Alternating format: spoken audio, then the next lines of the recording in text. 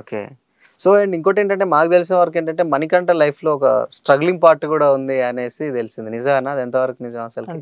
అంటే అంటే బయట కూడా వర్క్ చేసి తర్వాత చదువుకునే ఆ టైప్‌లో కూడా అనిపించింది. అంటే నేను ట్రైనింగ్ టైంలో వర్కింగ్ స్టార్ట్ చేసిన. సో అంటే ఇప్పుడు మనకి డిప్లొమాలో ఎట్లుంటది అంటే 5th సెమ్ ట్రైనింగ్ ఉంటది. 5th sem are 6th sem. So మా కాలేజ్‌లో 5th సెమ్ ట్రైనింగ్ ఉంది.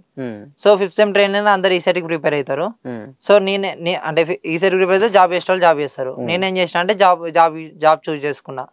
లైక్ నా హాస్టల్ ఫీజు నాకే వెళ్తది. సో నా ఖర్చులు ఏమైనా ఉంటే నాకే వెళ్తాయి ఇంట్లో అడగకుండా ఉండామని. సో అలానే అపోలో ఫార్మసీ అని ఒక కంపెనీలో చేసిన. అంటే ఇంతకుముందు తుక్కుగూడలో ఉన్న ప్రీమియర్ ఎనర్జీస్ కంపెనీలో చేసిన. సో దాని తర్వాత ఎంపాకెట్ ఐడియా ఉంది. ఎంపాకెట్ తెలుసు. అది స్టూడెంట్స్ కి అది లోన్స్ ఇస్తా ఉంటది కదా. కాల్ సెంటర్ లో ఓకే, కాల్ సెంటర్ లో రికవరీ ఏజెంట్. ఓకే. ఎంపాకెట్ కి కాల్స్ చేసేది మణికంఠ లాంటి వాళ్ళు అన్నమాట. Recovery agent. సో దాని తర్వాత దాంట్లో నాకు చిరాకు లేసింది. అంటే టార్చర్ ఎక్కువ ఉండే మెంటల్ టార్చర్. అంటే ఇప్పుడు కలెక్షన్ చేయకపోతే ఎక్కువ ప్రెజర్ పెట్టేటోళ్ళు. సో దాని వల్ల 1 month చేసిన, దాన్ని మానేసి అపోలోలో జాయిన్ అయినా. అక్కడ ఫ్రెండ్లీగా ఉంటారు అందరు.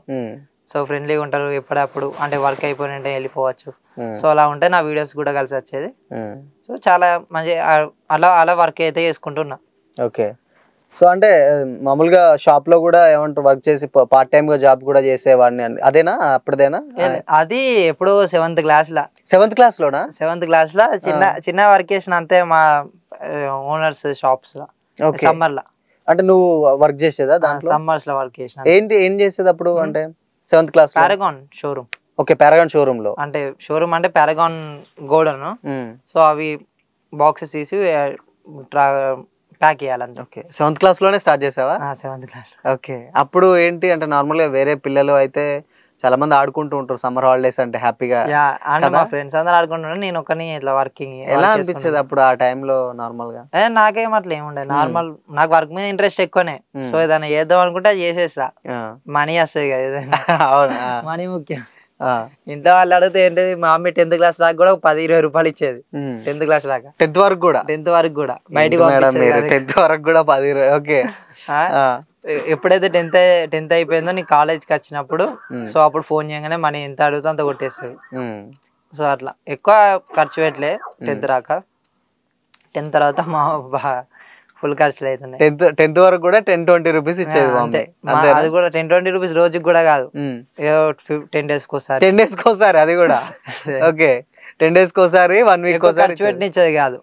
ఇప్పుడు నాకు 10th అయిపోయినాక ఎట్లుండేది అంటే, అంటే ఇప్పుడు మన డిప్లొమాలో ఎట్లుండే అంటే 1000 రూపీస్ కొంతమందికి 10 రూపీస్ తో సమానం. నాకు 10 రూపీస్ 1000 రూపీస్ తో సమానం.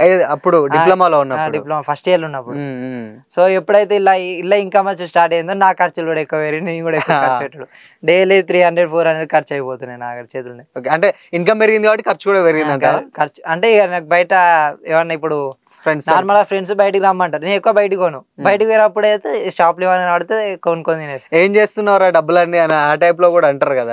వాళ్ళకి తెలుసు నా కెమెరా EMI అవి ఉన్నాయని. సో మమ్మీ కొంచెం హెల్ప్ చేస్తూ ఉంటా ఆ వీళ్ళు కట్టులలో. ఓకే.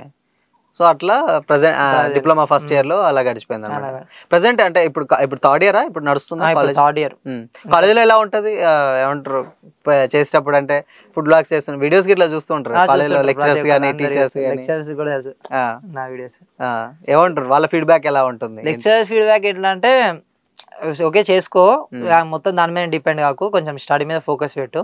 సో స్టడీ ఇంకా 2 months ఉంది కదా, కొంచెం కాలేజ్కి రా, స్టడీ చేసుకో అని చెప్తారు. ఈ వీడియోస్ చూసి ఓకే